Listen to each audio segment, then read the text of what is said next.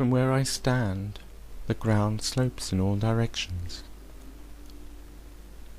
I came here earlier this year while the field lay fallow, and I stood waist high in the long grass. From where I stand, I have a clear view to all points of reference.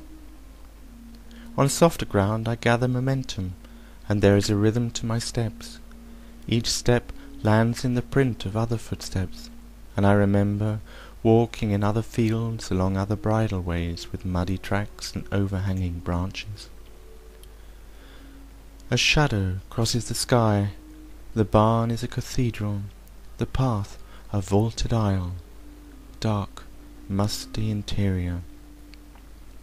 Through its organic tracery I catch a glimpse of a distant field.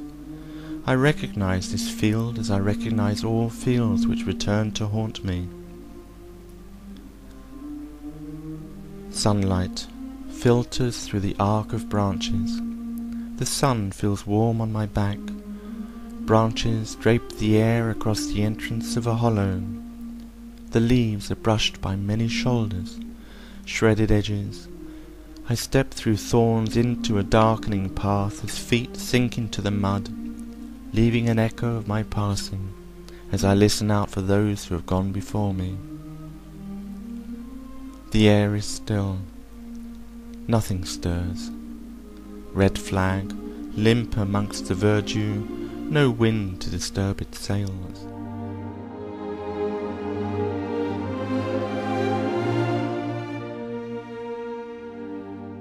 Crunching gravel underfoot, I kick at loose stones and follow my shadow. My nose is filled with the scent of wood smoke, chamomile and cow parsley. The smell of pine from a fir plantation sweeps across the valley, a great surge of verdant miles. 4 ways meet at a 5-bar gate. Of 3 remaining options, 2 must be discarded. I take the only one that ascends and takes me past the acorn post.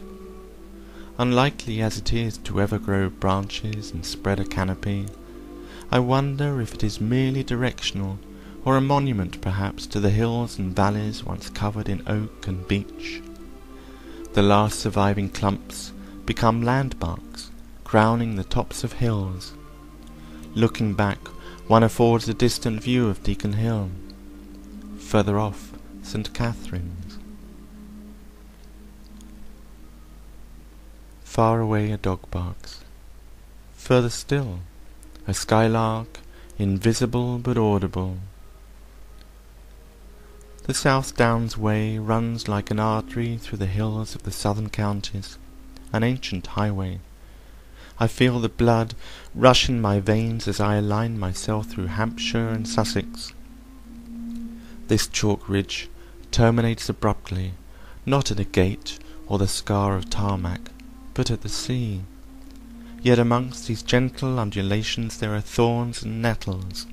Barbed wire is a hazard, much as rocks and stones are, but these I put behind me as the clump, the triangulation point, and my thoughts all come into focus.